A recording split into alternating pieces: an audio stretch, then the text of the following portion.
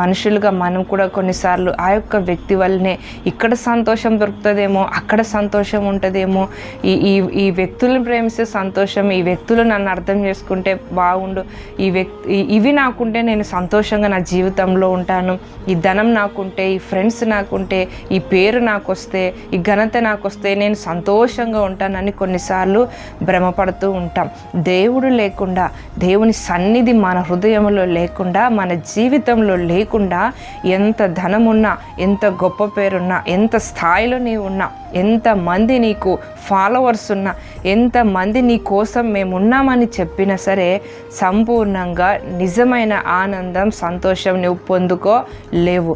ఎప్పుడైతే నువ్వు దేవుని సన్నిధిని హృదయంలో కలిగి ఉంటావో, దేవుని సన్నిధిలో నీవు ఉంటావో, నీవు ఆయనలో, ఆయన నీళ్ళు ఎప్పుడు ఉంటారో అప్పుడే సంపూర్ణమైనటువంటి సంతోషాన్ని నువ్వు పొందుకోగలుగుతావు.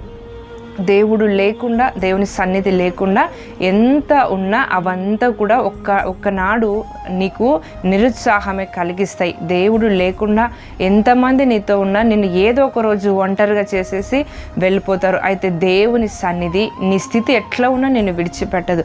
దేవుడు నీ పరిస్థితి ఎలా ఉన్నా నిన్ను విడిచిపెట్టే దేవుడు కాదు. ఆ దేవుని యొక్క సన్నిధిని నువ్వు వెతకగలిగితే, దేవుని యొక్క ప్రజెన్స్ అనేది నువ్వు అనుభవించగలిగితే తప్పకుండా అన్ని విషయాలలో అది ఎంత వ్యతిరేకమైన పరిస్థితిలో నీవు ఉన్నా నిజమైన సంతోషం అనేది పొందుకోగలుగుతావు.